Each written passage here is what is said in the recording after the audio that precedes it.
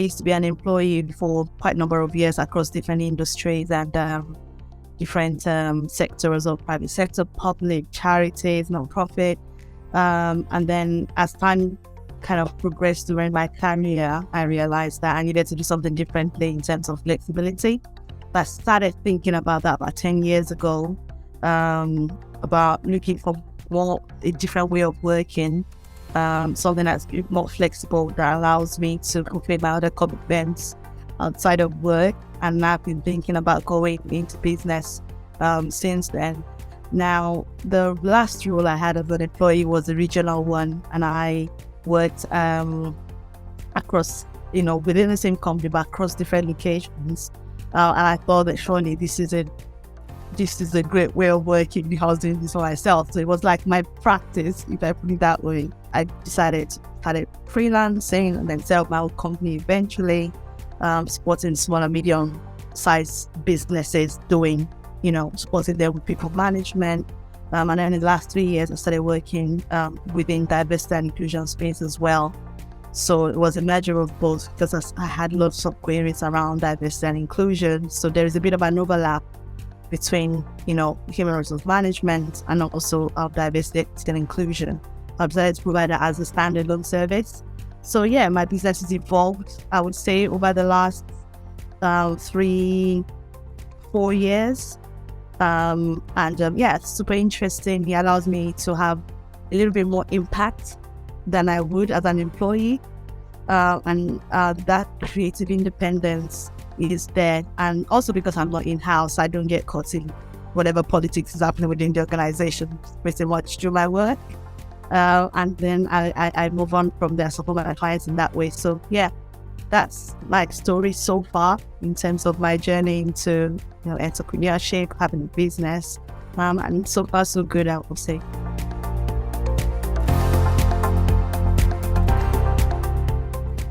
I kind of fell into it in a way. So when I was studying, I used to do lots of admin work on the side, as a student. I used to work for a local authority at the time, like a local council. And I did lots of admin. I just did a few hours every week just to support myself while I studied. And I kind of had my eyes on HR people because I listened to lots of conversation and I thought that sounds really interesting. And also I've always been fascinated with like human psychology and employment law as well. So for me, HR sounds like the perfect merge of both. I don't think that I want to be a lawyer as such, but I do enjoy law. I like case studies and, following what's changed, in law regarding to employment. So that was how I got into it. And then did a few courses I studied, and I thought, this sounds interesting. So that's how I got into it.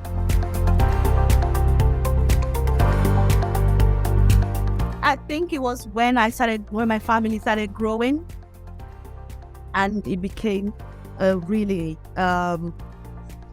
struggle between trying to work full time for an employer and then also trying to be there for my growing family. I think at some point I had to make a decision which way I was going to go. I'm never going to stop working, I think, because I do like to be busy. So I had to find a way where it works for me, and consulting was like perfect way I could manage that. So I would say my aha moment, I don't think it was a moment, I think it was a series of moments, is, trying to balance my priorities. Work is important to me, family is important to me as well. But trying to find a way to work both together. But those were the series of aha moments, and also impacts as well. In terms of work that I do, I know that for anybody that's engaged in the service of a consultant, they really need the help, and at that point they're ready, so to say. So those were the moments that kind of spurred me to make a decision to go into consulting.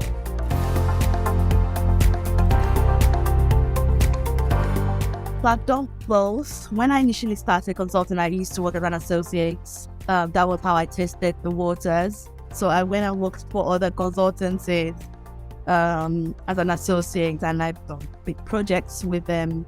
But also there's something to be said for smaller businesses. They're basically the smaller, medium-sized business. They're the backbone of the economy, put it that way.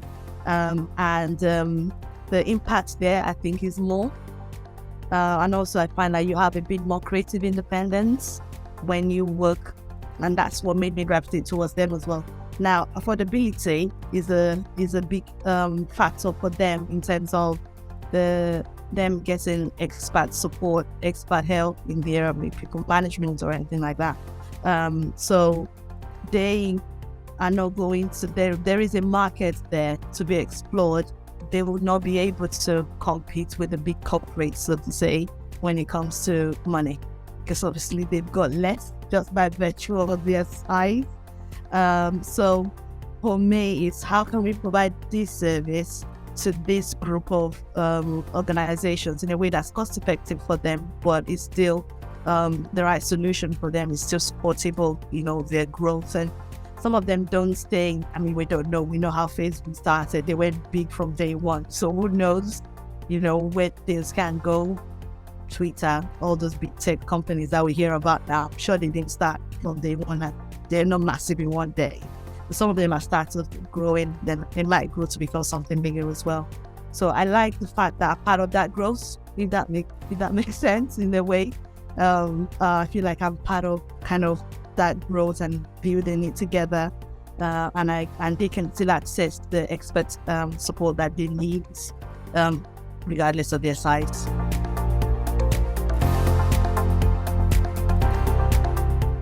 I think I'm still learning. I don't think I would say that, I've learned my toughest lesson. It's probably still ahead of me, shall I say, because who knows what's going to happen. It's just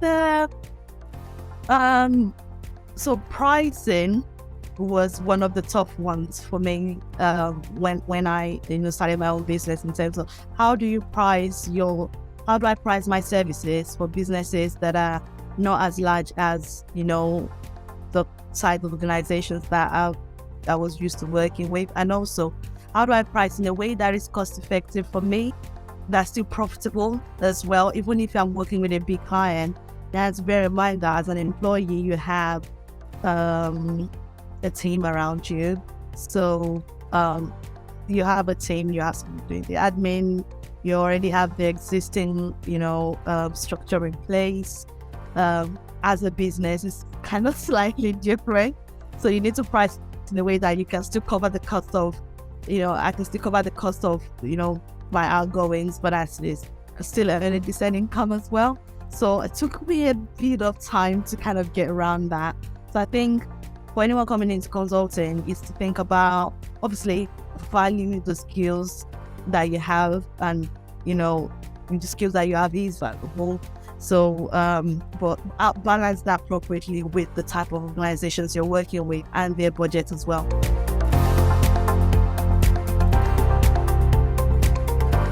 Having a lot of self-belief. I know it sounds really simple, but it's probably the most critical advice that I can offer, is that believe in yourself, believe in the skills that you have.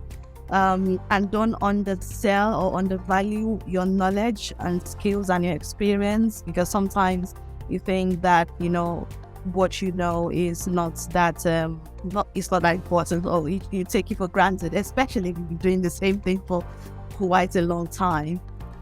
You tend to undervalue those skills, but they are really important. Somebody needs them, and just believe in yourself, because that would then feed into how you price. It would feed into how you market yourself, how you approach your clients, how you position yourself in the market. That will feed into all of that. But if you don't have the self-belief that I can do this, and this is the right move for me, then again it would go the other way. It would feed into all those things as well. So value everything that you have, and also pay attention to your networking. That's a lesson I had to learn. There is no business without networking. Put it that way, it would just be a very expensive hobby. So network with people, reach out, collaborate, trying to do everything by yourself. Go out and meet people online, meet them face to face, go to events.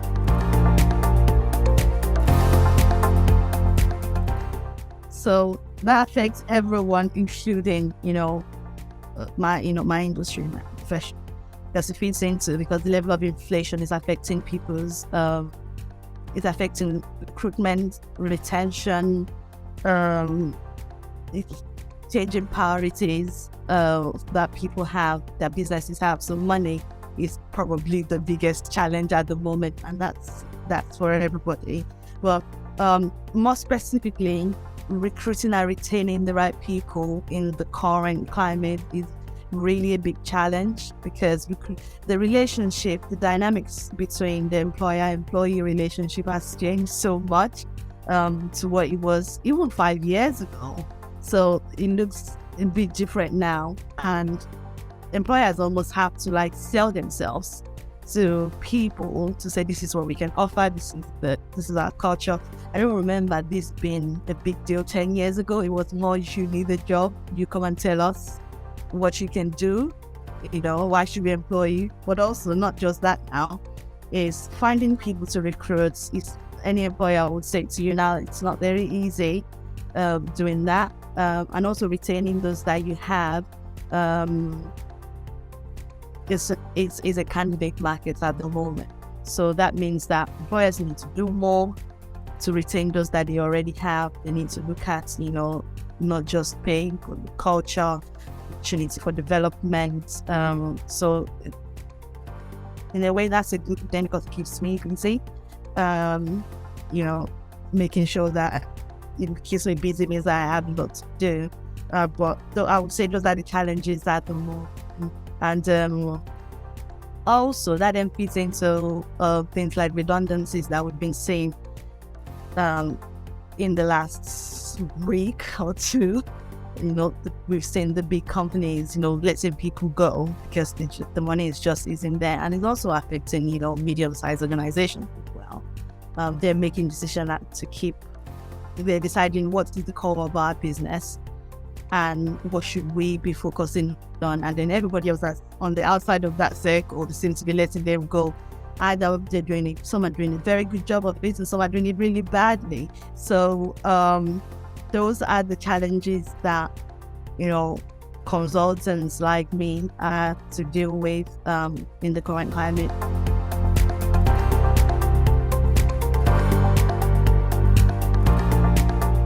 Yeah, for me, I actually wrote something about this a while ago around when do you need to have HR, so to say. Now, you need to think in the context, this is in the context of the way entrepreneurship is going.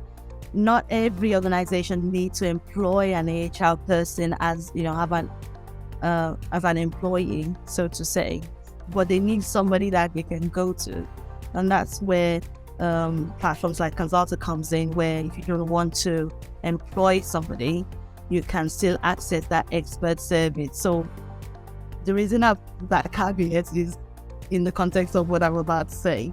Now, when you have an organization and your startup, once you start approaching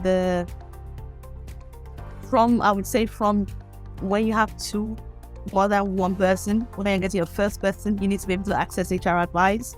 And that's because you need things like the contracts in place, make sure it's, written, it's documented, everybody knows, in terms of the employment law side of it, that's covered up. So even when you've only got two people, you need to access that support. But once you grow and you have about, I'd say about, you're growing to 6-7 people, 8, 9, 10, then you definitely need a go-to person, either internally or externally, to advise you and to make sure that, firstly, the compliance aspect of it, but also the planning of what the future of your startup looks like. You need to start looking at, you need somebody that you can discuss that with, and you need to have a plan in place on how you're going to attract them and you're going to keep them. And also, if you're still growing, how do you want to plan you need some sort of workforce planning around that. So those are the numbers that I would say. But I would say from day 2, you need somewhere to go for advice. But when you have, from number 2, you need somebody to give you advice. But once you're approaching that 10th employee, then you definitely need maybe not a whole department, but someone, an expert.